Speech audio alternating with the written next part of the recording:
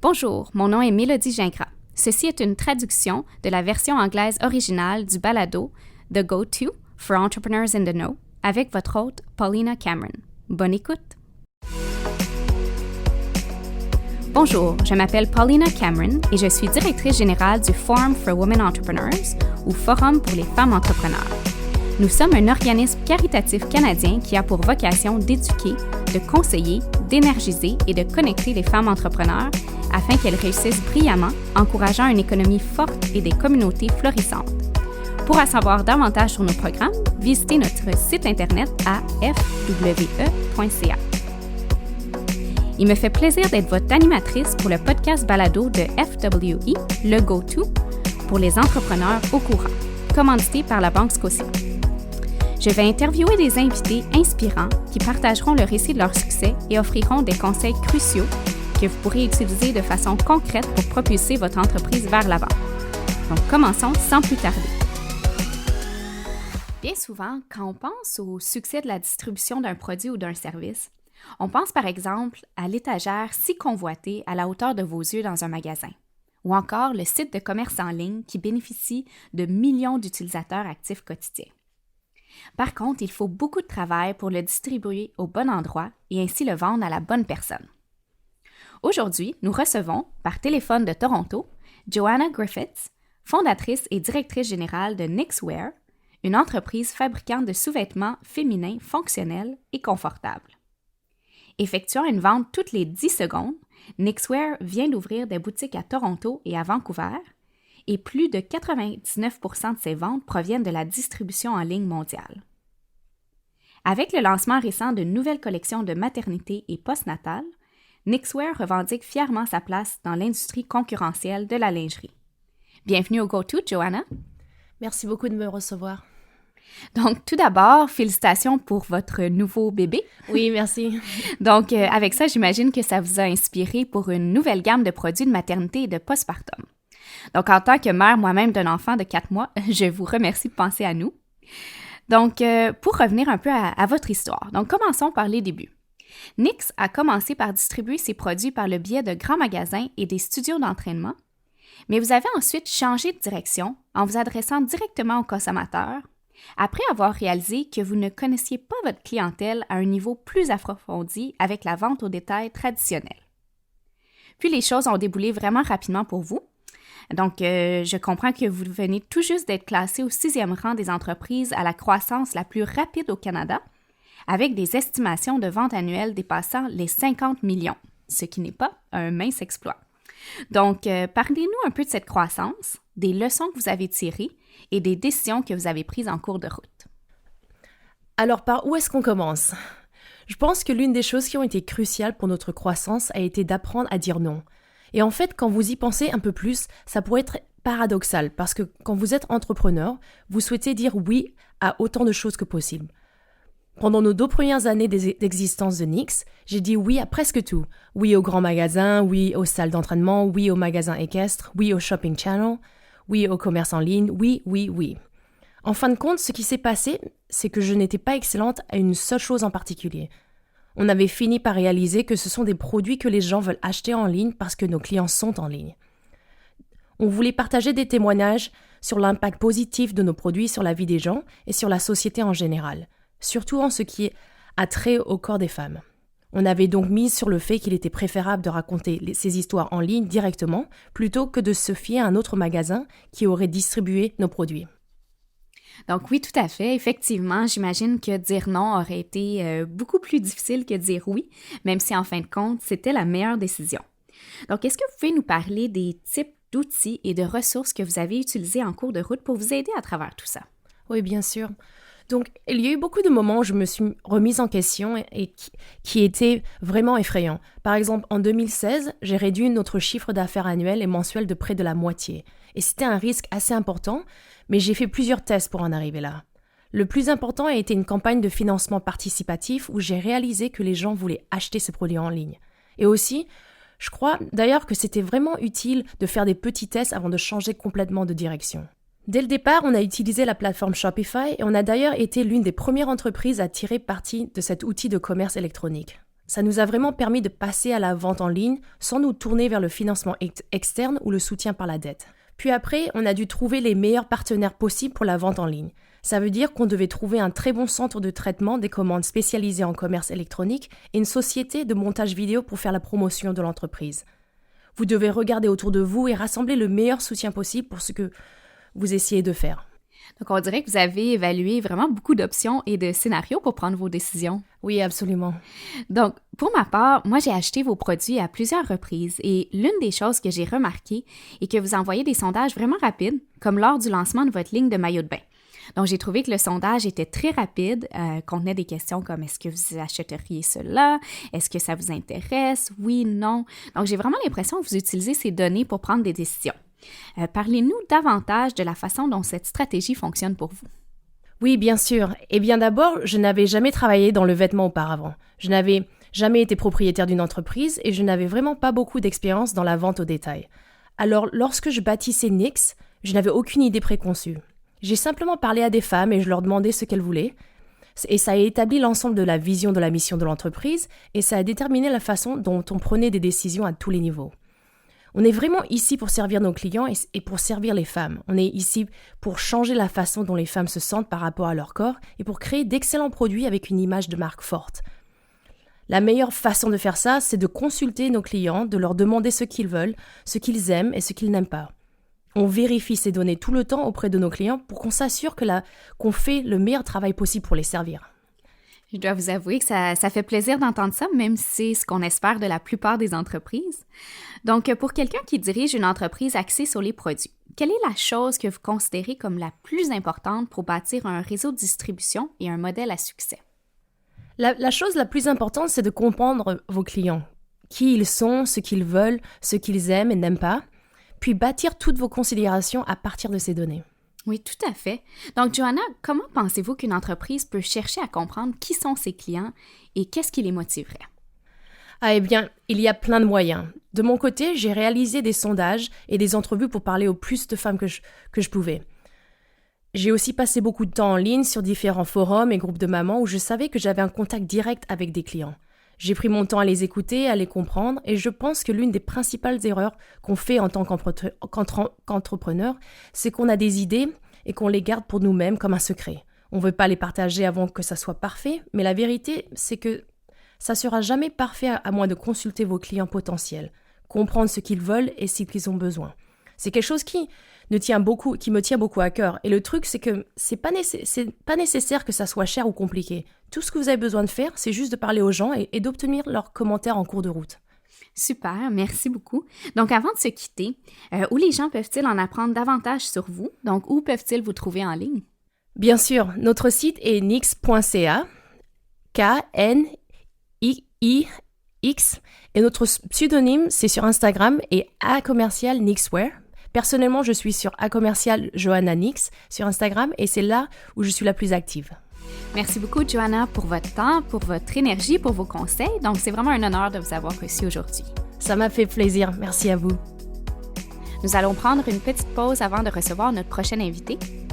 Le Go-To pour les entrepreneurs au courant est le résultat d'une collaboration entre FWE, l'initiative Femmes de la Banque Scotia. Prenons un moment pour écouter notre généreux commanditaire. Bonjour, je m'appelle Maria Mangiacavallo, vice-présidente Banque commerciale et Roynat Capital, Région du Québec. Je siège également conseil consultatif de l'Initiative pour les femmes de la Banque Scotia. Lorsque le FWE a parlé avec Sloan Muldoon, première vice-présidente régionale Banque Scotia, service aux particuliers, elle a donné des conseils sur la façon de gérer les ventes et la distribution. Voici ce qu'elle propose. Les clients sont à la recherche d'une combinaison de services amicaux, efficaces et professionnels qu'ils obtiennent auprès d'employés serviables qui ont les connaissances nécessaires pour les conseiller adéquatement. À cet égard, je remarque 3 aptitudes clés qui nous permettent de réussir. La première, l'authenticité. Soyez authentique et ayez à cœur de répondre aux besoins et aux attentes de vos clients. L'écoute active vous aidera à bâtir un lien de confiance et de relation à long terme. La deuxième, la connaissance de vos produits et services. Les clients s'attendent à ce que nous fassions un effort pour les connaître, pour bien comprendre leur entreprise et en particulier être à l'écoute de leurs besoins. La troisième, Soulignez les avantages pour le client. Assurez-vous d'être en mesure de démontrer la valeur de vos produits et services. Vous pouvez approfondir le lien de confiance avec le client lorsque vous illustrez adéquatement le lien entre un produit et ses besoins. La vente des produits et services viennent naturellement par la suite. Pour en savoir plus sur l'initiative pour les femmes de la Banque Scotia, allez au site web initiativefemmesbanquescotia.com. Merci beaucoup pour tout votre soutien. Retournons maintenant en studio. Aujourd'hui, en provenance de Toronto, nous recevons Anila Zeib, auparavant mentor pour FWE et présentement chef de la direction d'Emergitel, une agence de recrutement pour les industries des TI, de la finance, des soins de santé et des télécoms, dont les clients incluent TELUS, Rogers et Accenture. Depuis la fondation de son entreprise chez elle en 2006, ses revenus dépassent maintenant 25 millions de dollars par année en employant plus de 50 personnes. Donc, félicitations Anila et bienvenue au GoTo. Bonjour Paulina, merci de me recevoir. Oui, donc passer d'une entreprise opérant dans votre sous-sol, disons, à une compagnie de plusieurs millions de dollars ne se fait pas du jour au lendemain. Pouvez-vous commencer par nous parler des étapes clés de ce parcours qui a fait de vous une chef de file dans l'industrie? Oui, il y a 2 facteurs clés dont je veux parler qui ont été les lignes directrices pour mon entreprise. Tout d'abord, vous devez vous différencier de la concurrence. Dans mon cas, j'ai lancé mon entreprise de recrutement à l'époque où il n'y avait pas de pénurie de travailleurs temporaires dans l'industrie. Je me suis basée sur le fait que Emergitel allait être une agence de recrutement pionnière en changeant le fonctionnement du recrutement traditionnel. Donc, j'ai pu accomplir cela en fournissant des experts en la matière dans le processus de qualification et ce qui a amené une valeur considérable pour notre client. C'était donc cet aspect qui nous a distingués de la concurrence. Deuxièmement, la mise en place de mon équipe a été essentielle à notre croissance.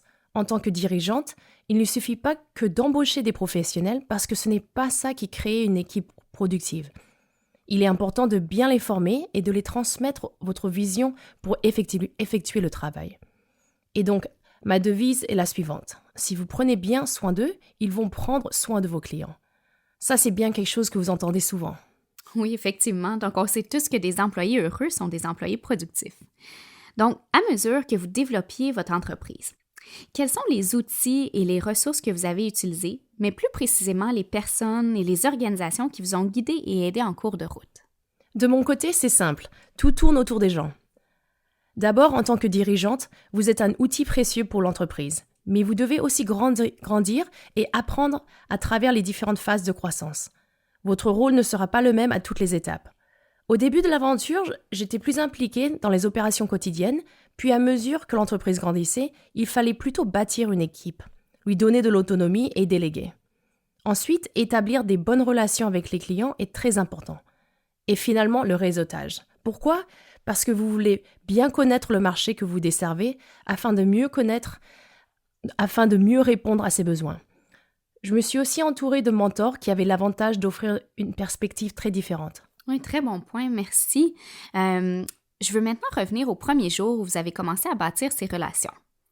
Comment avez-vous abordé certains de ces clients principaux?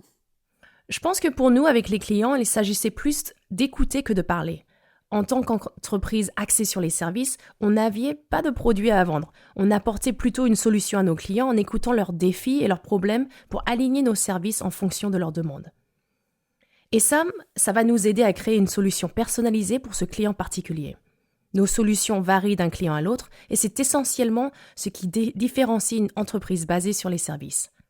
Ce qui a fonctionné pour moi et mon entreprise, c'est que nous parlons le langage de notre client. On formait nos représentants à parler de façon à ce que les clients les comprennent et à faire savoir aux clients qu'il y a quelqu'un qui comprend leur jargon. Par exemple, dans le monde des TI et des télécommunications, il existe une certaine façon de communiquer. Un représentant typique pourrait ne pas être en mesure de communiquer et de se faire comprendre aussi bien qu'un représentant formé à cet environnement particulier. Très bon point, encore une fois, merci Anila. Donc maintenant, on sait que la distribution est différente pour les produits et les services. Parlez-moi de la chose principale que vous souhaitez que les entrepreneurs qui dirigent une entreprise de services sachent concernant la distribution. Alors, dans une entreprise de services, l'expérience client et la gestion de relations sont essentielles au succès par rapport à une entreprise de produits où le produit parle habituellement de lui-même. Donc à mon avis, il existe 3 choses dont une entreprise de service devrait vraiment se soucier. La première est la communication, parce que les clients peuvent toucher et voir un excellent produit, mais pour le service, c'est un peu plus complexe que ça. Vous devez communiquer à l'interne et à l'externe la façon dont votre service se différencie. Si vous offrez un excellent service, mais que personne ne le sait, votre entreprise en souffrira. Alors, assurez-vous que tout le monde comprenne votre vision et votre valeur. Deuxièmement, l'expérience client. On devait donc nous assurer que chaque discussion avec le client est positive et que la présentation de service est exemplaire. Et autant que possible, essayez toujours d'effectuer un suivi pour obtenir des références avec vos clients principaux. Troisièmement, l'évolutivité. Alors il faut être conscient que l'évolutivité coûte cher et que ça peut être un peu difficile pour une entreprise basée sur les services. Une entreprise basée sur les produits a un avantage en matière d'évolutivité, car elle peut multiplier ses revenus par des coûts incrémentaux et vendre le même produit à de multiples clients.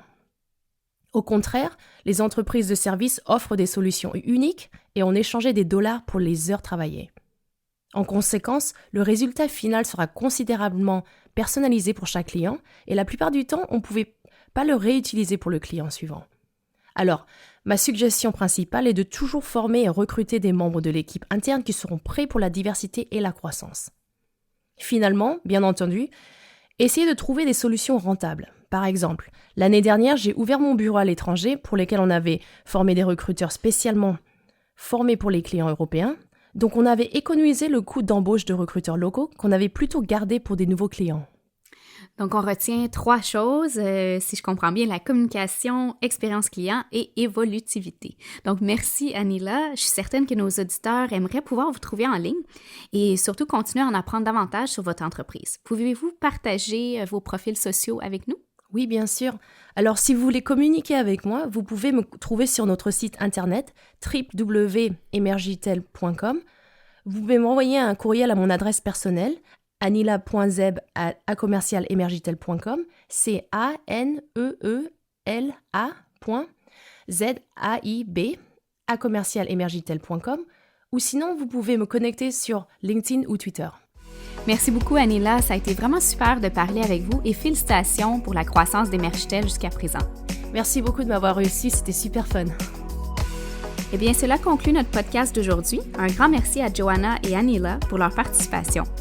Nous tenons aussi à remercier tous ceux qui ont fait de Le Go-To une réalité, de l'équipe fantastique de FWE qui a travaillé sur toute la logistique, à Self-Hired Media, notre équipe de production incroyable, et à Hummingbird Translation pour la traduction de nos podcasts. Bien entendu, nous remercions aussi l'Initiative Femmes de la Banque Scotia, notre généreux commanditaire. Vous pouvez en apprendre davantage à www.initiativefemmesbanquescotia.com.